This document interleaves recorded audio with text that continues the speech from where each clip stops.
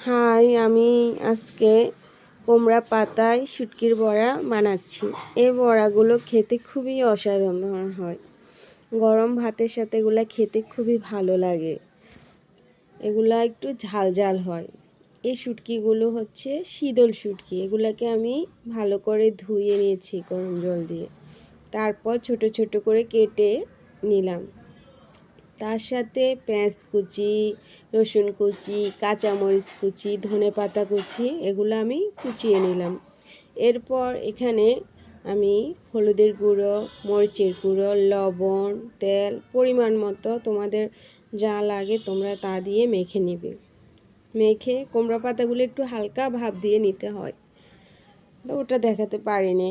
যাই হোক, এরপর আমি দেখো এগুলো সবগুলো মেখে এই কুমড়ো পাতার ভিতরে দিয়ে আস্তে আস্তে ভাজ দিচ্ছি। ভাজ দিয়ে আমি এগুলো তেলে ছেড়ে দিতেছি। সবগুলা এভাবেই করতে হয়, না হলে তো আবার খুলে যেতে পারে।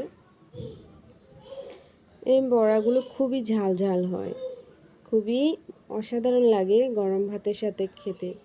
শীতে এখন তো যে শীত পড়তেছে, কুয়াশায় কিছু দেখা যাচ্ছে না, তাই আজকে শীতের চিন্তা করলাম এই শুটকি বড়াগুলো বানাতে। এগুলা যারা পছন্দ করে তাদের জন্য খুবই অসাধারণ হয় খেতে, খুবই মজাদার বড়াগুলো। এগুলো একটু দিতে কষ্ট হয়, এখন তো এমনিতে ঠান্ডা, তার উপর আবার এগুলো ভালো করে ধুতে হয়। এগুলো সব ভালো করে ধুয়ে পরিষ্কার করে তারপরে এই বড়াগুলো বানাতে হয়। দেখো আমি একটা একটা করে কুমড়া পাতা বড়াগুলো বানাচ্ছি। আর আমার তো এখনই খেতে খুব ইচ্ছে করতেছে, কিন্তু কি করব, এখনও তো হয়নি যে খাবো, দেখে কিন্তু খেতে খুব ইচ্ছে করতেছে। কখন যে হবে, কখন খাবো সেটা চিন্তা করতেছে।